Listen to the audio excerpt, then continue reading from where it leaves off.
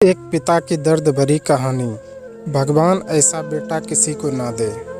एक गांव में एक छोटा सा बच्चा था। उसके पिता तो थे, लेकिन मां की मृत्यु हो गई थी। पिता सारा दिन काम करता और अपने बेटे को पाल पोस कर बड़ा करता है।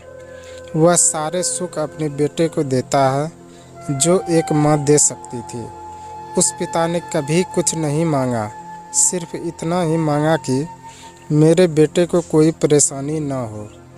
दिन बीतते गए, बेटा पढ़ लिख कर अच्छा जॉब भी करने लगता है और वह शहर में रहने लगता है। कुछ दिन बाद वह अपने पिता से मिलने आता है और कहता है, पापा मुझे कुछ पैसों की ज़रूरत है।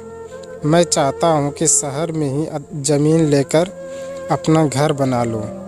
पिता इस बात को सुनकर बहुत खुश होते हैं। सोचते हैं कि मेरा बेटा है, एक न एक दिन नाम करेगा। जिंदगी भर की बची हुई पूंजी को निकाल कर अपने बेटे को दे देता है। बेटा शहर चला जाता है और उन पैसों से अपना घर बना लेते हैं।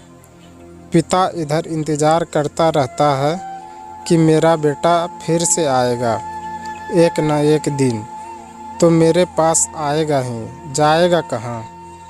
उसके पास अब कोई नहीं जाता था, क्योंकि न ही अब उस पिता के पास पैसे थे और न ही रहने का जगह था।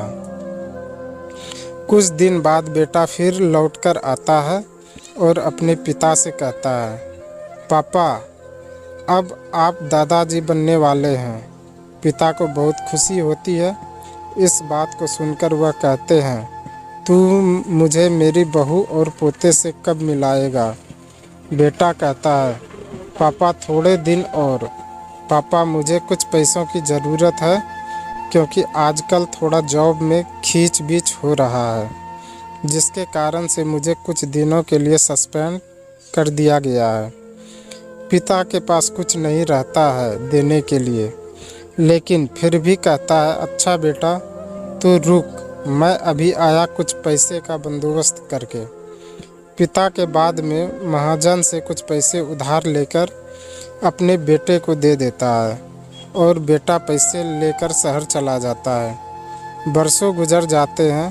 पिता सोचते हैं कि मैं तो अब दादाजी बन गया हूँ, मेरा बेटा पता नहीं मेरे पोते को लेकर कब आएगा।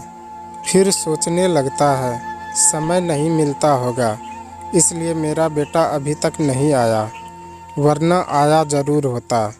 तब तक महाजन 2-3 आदमी को लेकर उस पिता के घर पर आता है और कहता है कि आपके वादे के मुताबिक मैंने पूरे 3 महीने बाद आया हूँ, अपने पैसे ले जाने।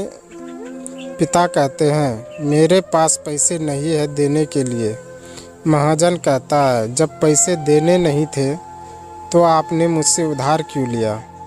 तभी पिता कहते हैं, ठीक है रुको, मैं तुम्हारे लिए पैसों का बंदोबस्त करता हूँ। और वहाँ के नज़दीकी अस्पताल में चले जाते हैं। वहाँ जाकर अपना ब्लड डोनेट करते हैं और अपनी एक किडनी बेच देते हैं और उस महाजन का कर्ज चुकता कर देते हैं। किडनी बेचने के बाद उसकी स्थिति और भी ख़राब हो जाती है और वह उस राह में जी रहे होते हैं कि मेरा बेटा एक दिन आएगा ज़रूर। इस आस में जीते जीते एक दिन पिता की मृत्यु हो जाती है, परंतु उस बेटे को अपने पिता को आग देना भी नसीब नहीं हुआ। आपको ये कहानी कैसा लगा, आप हमें कमेंट के माध्यम से ज़रूर बताएं। धन्यवाद।